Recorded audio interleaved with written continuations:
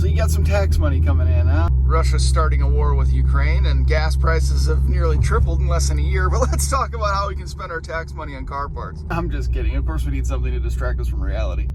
Sick. Let's get into this. Most, if not all of these things will cross over between the 3.7 and the 3.0T, but I will say that if I was talking about the 3.0T specifically, there would be some parts on there that aren't on this list. Probably lower downpipes, heat exchanger, catch cans, and a tune. That's it. And a 17 pack of belts. All right, so if I was sort of just getting started with the Q50 here and the government was so kindly giving me back some of my own money, here are a few of the things that I would think about in terms of parts, upgrades, and modifications, in no particular order, of course. For the first item on the list, something I've been looking into for myself personally is the Z1 Motorsports two-piece rotors. First of all, the sprinkle slot, it looks super sick. Second of all, when the brakes wear out and it's time to replace them, you can just replace that outer brake disc. You don't have to replace the whole rotor, which is cool. Finally, most importantly, they're much, much lighter than the factory sport rotors. They're something like 10 pounds lighter each for the front. That's a 20-pound weight savings in just the front, and the rears are about a 5-pound difference between each of them. So it's a 10-pound weight savings in the rear. So 30-pound weight savings overall. Doesn't sound like a whole lot, but I gotta say, when I did the big brake upgrade and I got the sport brake rotors, they are way heavier than the non-sport rotors, and they will actually soak your car of power. Seriously, adding that much unsprung weight and rotational mass to your car is going to take power away. Last time I had the car on the dyno, I think I dropped like 3 or 4 horsepower, and we couldn't figure out why, really. And then we started talking about wheels. Oh, you got new wheels. Well, no, the wheels are actually lighter than the last wheels I had. And then we realized that I upgraded to the sport brakes and had the larger brake rotors, and that additional weight was enough to take a couple of horsepower out. I really got to get my draggy out and see what my 0 to 60 time is, but I feel like that has been hindered as well. Just, I mean, it's unbelievable how much impact that much additional rotating mass to your car can have.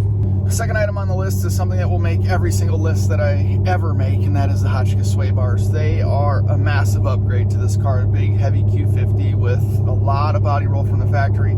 Just adding front and rear sway bars from Hotchkiss makes the difference is insane.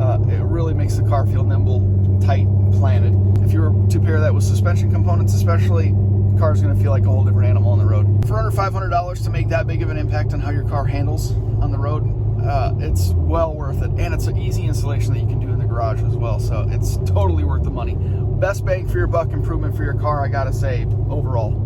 Speaking of suspension, I'd add that in there as the third item on the list. Now, either coilovers or lowering springs. Pay attention to how many miles your vehicle has on it currently, and what your current shocks are telling you. Otherwise, if you think everything is in good health or you recently replaced your shocks, maybe think about going lowering springs. You can get some Tane S-Techs for under $300. They're going to make your car look good. It's going to sit nice at about a 1.5 inch drop, but it'll feel and handle very, very well on the twisty roads as well. And if you pair them with Hotchkiss sway bars, whole different beast. But of course, you can go with some BC coilovers, of course, or silvers, or there again, Tane is a good brand for coilovers. Not as much adjustment, I don't think, with the Tane coilovers, but good bang for your buck.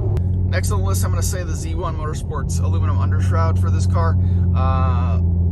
It's not the easiest installation, I'll say that, but I got to tell you that it is a big hassle saver when doing oil changes. Rather than taking all those damn bolts out to get that undershroud off just so you can change your oil, you can just open up the little access panel with 2 bolts and you're good to go.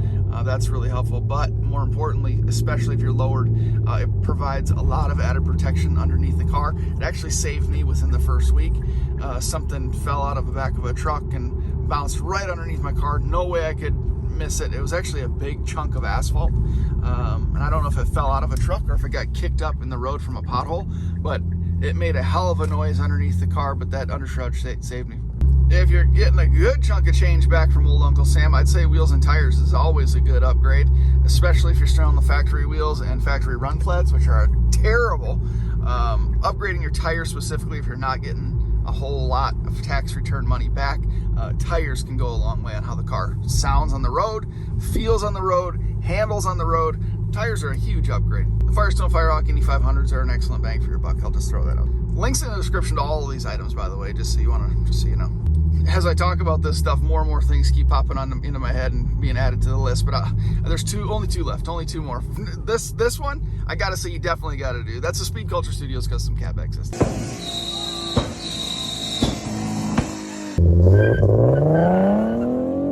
Of course, check out my custom cab back video for details. But that's gonna be an awesome bang for your buck for your Q50. It's gonna sound great. People are gonna notice it, and you're gonna love it. So.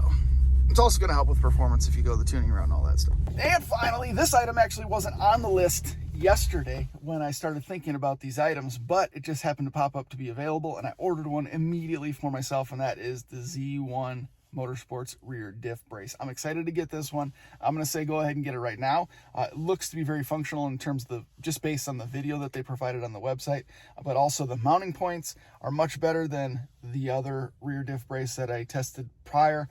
It looks like it's going to prevent that single pivot point. It just looks substantial. It's all one piece. It looks good. I'm going to throw that on the list. If you guys have any questions about any of the items on this list, leave them down in the comment section below. I'll definitely get to them and help you out as best as I possibly can. I will say, though, that a vast majority of these items have been installed, tested, and reviewed on this channel. So if you do have any questions, maybe you just want to search Speed Culture Studios and then that specific item, the video is definitely going to pop up, and I'm sure those will answer any of the questions that you might have. But even still, if you got any, leave them down in the comments. Definitely get to them.